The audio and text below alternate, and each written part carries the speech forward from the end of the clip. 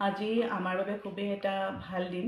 আজি আমাৰ মাজুলীৰ মুখাই জিআই পাইছে আৰু আমি এই মাজুলীৰ মুখাৰ ভৌগোলিক সূচাংক নিৰ্ণয় হওক সেইবাবে আমি 2022 চনৰ পৰাই প্ৰচেষ্টা কৰি আহিছিলোঁ আৰু আমাৰ এই সম্পূৰ্ণ কাৰ্যপ্ৰণালীত আমাৰ তত্ত্বাৱধায়ক হিচাপে আছিলে আমাৰ সকলোৰে অসমৰ সকলোৰে শ্ৰদ্ধাৰ পদ্মশ্ৰী হেমচন্দ্ৰ গোস্বামী দেৱ আৰু তেখেতৰ তত্ত্বাৱধানতে আজি এইখিনি কাৰ্য সম্পূৰ্ণৰূপে ভালদৰে সম্পন্ন হ'ল। খুব ভাল লাগিছে আৰু এইখিনি কাৰণে যাতে আমাৰ যিখিনি শিল্পী আছে, যিখিনি মুখা শিল্পী আছে, যিখিনি বাঁহ বেতৰ লগত জড়িত শিল্পী আমাৰ মুখাৰ লগত, তেওঁলোকৰ যাতে এটা অৰ্থনৈতিকভাৱে তেওঁলোক স্বাৱলম্বী হ'ব পাৰে, তাৰ এটা আমাৰ উদ্দেশ্য আছিলে।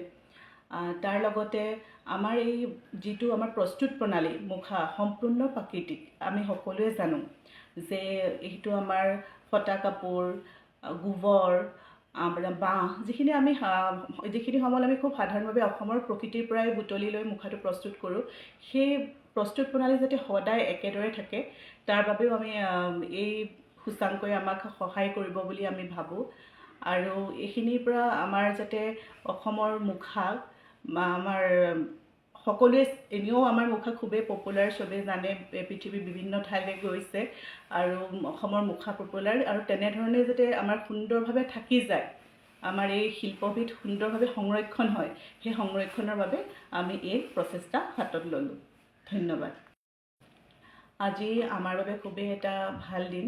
আজি আমাৰ মাজুলীৰ মুখাই জিআই পাইছে আৰু আমি এই মাজুলীৰ মুখাৰ ভৌগোলিক সূচাংক নিৰ্ণয় হওক সেইবাবে আমি 2022 চনৰ পৰাই প্ৰচেষ্টা কৰি আহিছিলোঁ আৰু আমাৰ এই সম্পূৰ্ণ কাৰ্যপ্ৰণালীত আমাৰ তত্ত্বাৱধায়ক হিচাপে আছিলে আমাৰ সকলোৰে অসমৰ সকলোৰে শ্ৰদ্ধাৰ পদ্মশ্ৰী হেমচন্দ্ৰ গোস্বামী দেৱ আৰু তেখেতৰ তত্ত্বাৱধানতে আজি এইখিনি কাৰ্য সম্পূৰ্ণৰূপে ভালদৰে সম্পন্ন হ'ল। খুব ভাল লাগিছে আৰু এইখিনি কাৰণে যাতে আমাৰ যিখিনি শিল্পী আছে, যিখিনি মুখা শিল্পী আছে, যিখিনি বাঁহ বেতৰ লগত জড়িত শিল্পী আমাৰ মুখাৰ লগত, তেওঁলোকৰ যাতে এটা অৰ্থনৈতিকভাৱে তেওঁলোক স্বাৱলম্বী হ'ব পাৰে, তাৰ এটা আমাৰ উদ্দেশ্য আছিলে।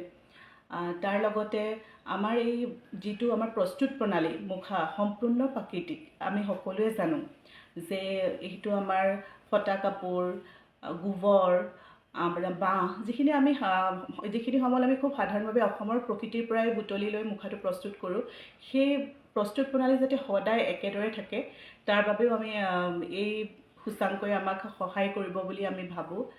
আৰু এইখিনিৰ পৰা আমাৰ যাতে অসমৰ মুখা আমাৰ সকলোৱে এনেও আমাৰ মুখা খুবেই পপুলাৰ, চবেই জানে, পৃথিৱীৰ বিভিন্ন ঠাইলৈ গৈছে আৰু অসমৰ মুখা পপুলাৰ আৰু তেনেধৰণে যাতে আমাৰ সুন্দৰভাৱে থাকি যায়, আমাৰ এই শিল্পবিধ সুন্দৰভাৱে সংৰক্ষণ হয়, সেই সংৰক্ষণৰ বাবে আমি এই প্ৰচেষ্টা হাতত ল'লোঁ।